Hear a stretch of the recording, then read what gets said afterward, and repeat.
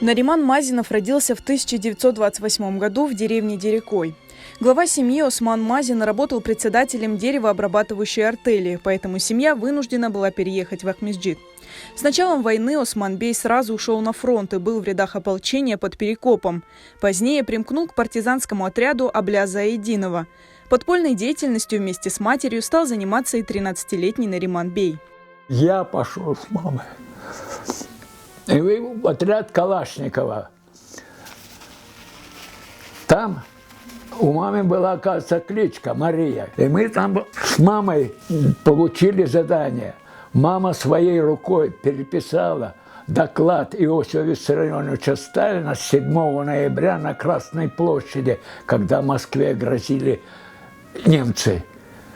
И это письмо ее рукой мы должны были в Симферополе здесь распространить. Однако выполнить задание им не удалось. На обратном пути их задержали немцы и отправили в Бахчисарай в гестапо. Доклад Сталина мы с мамой съели. Других улик у нас не было. Там была сводка информбюро и староста русский Верхней Речи раздел маму догола, совершенно искал улики, чтобы это доказать, что мы с леса вышли. Вон паспорт мамин сохранился. Он сохранил жизненно. Там была отметка у маминой, и она есть отметка.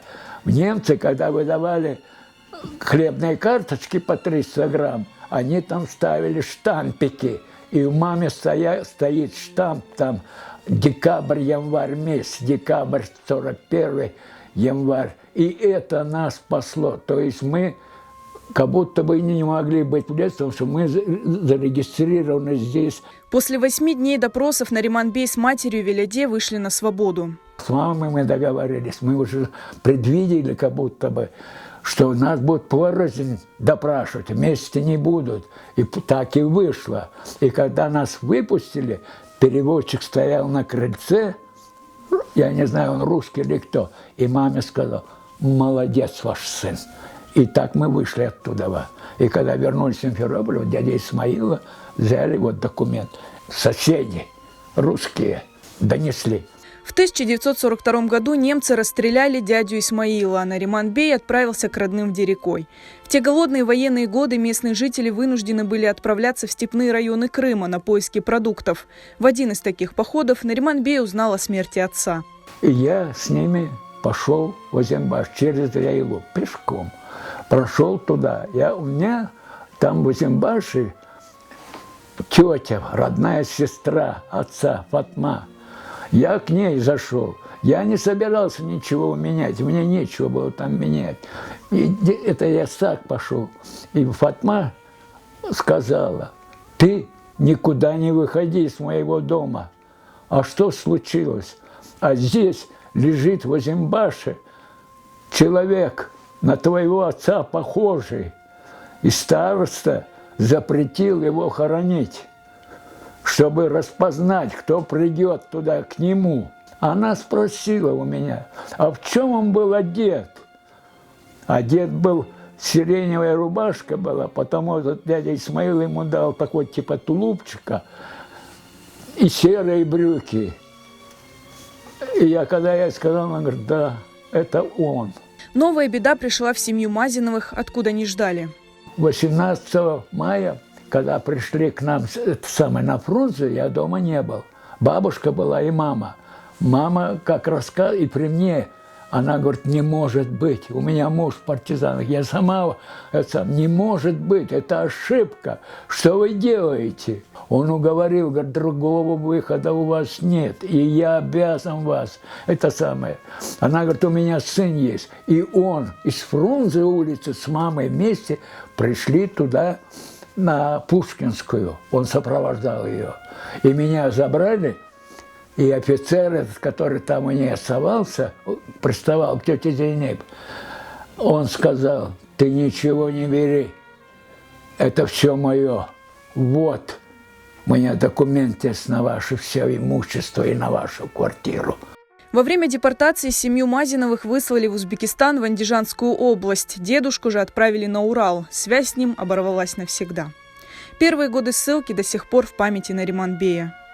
Бабушка сказала, я буду ползать по земле, собирать сухую траву и кипятить воду. Не смейте пить воду, царыка. Я буду кипятить. Не вздумайте, иначе мы пропадем. Это нас спасло. Мы болели малярией. И мама болела малярией, и я. Но вот таких других болезней не было у нас. Чтобы помочь сыну устроиться на работу, Велиде Ханым при регистрации изменила его имя и отчество. Когда я метрики стал оформлять, пошли в ЗАГС, врачебную справку, а потом в ЗАГС пошли, там две узбечки сидели. Они говорят, вы грамотно, пишите сами метрики. Вот вам бланк, вот журнал регистрации. И мама написала мне, Мазинов Николай Осипович. Не Нариман Османович, а Николай Осипович. И я минул вот эту вот регистрацию в комендатуре. Ушел пешком в Андижан 40 километров с Чернобада. Ушел и устроился там в Андижане. В это время работал Воронежский авиационный завод 154 имени Сталина. И я устроился туда на работу. Почему? 700 грамм хлеба – раз. Теперь горячее питание – 2. Третье – общежитие. И я там уже и специальность. Окончив 7 классов, Нариман Мазинов поступил в Чарджоу, в речной техникум. Но вскоре руководству учебного заведения стали известны факты о поддельном имени и отчестве. Нариманбея арестовали. Ему пришлось вернуться в Андижан, восстановить документы и встать на учет, как и все переселенцы. Однако, несмотря на все трудности и испытания, Нариман Мазинов смог получить образование. Вызывает директор мне. Ты почему не сказал нам, что твой отец погиб в партизанах? Мы тебе обязаны платить стипендию. А я говорю, а кто у меня спрашивал об этом? Никто ведь не спрашивал. И мне стали платить стипендию. И плюс ты нам нужен как электрик. Так что я получал и стипендию, и зарплату. И так я кончил это самое учебу.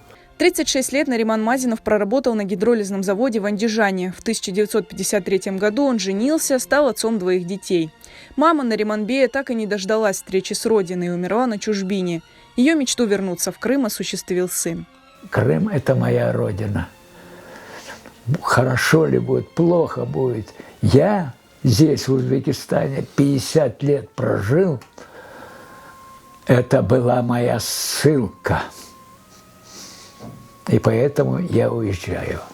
Уже будучи в Крыму, Нариманбей начал собирать документы, обращался к чиновникам, пытаясь доказать, что его отец Осман Мазин был партизаном. Просил перезахоронить останки. Недавно ему удалось добиться установки памятника в Узенбаше, на том месте, где трагически погиб отец. Нам все сообщали, когда советские войска пришли. Пропал без вести, пропал без вести. Документы давали такие, пропал без вести. Но здесь было одно «но». Вот это вот дядя Усин, вон фотография его, он на Мелитополе жил. Он попал на прием к Северскому, когда был освобожден Крым от немцев. Он-то знал, он озембашский, дядя Усин, но он жил в Мелитополе. И он обратился к Северскому непосредственно, чтобы тот тогда, еще в 1944 году, в мае месяце, 3 мая, датирована справка, дал разрешение Северский, чтобы перезахоронить. Он не говорил, что пропал без вести. А он говорит, да, погиб, и я разрешаю его перезахоронить в Озенбаше. И потом ездили туда, вот с сыновьями я ездил. Найти могилу не смог. И прошло столько лет, и не разрешали перезахоронить власти крымские. Это только в 1992 году разрешили символически сделать перезахоронение.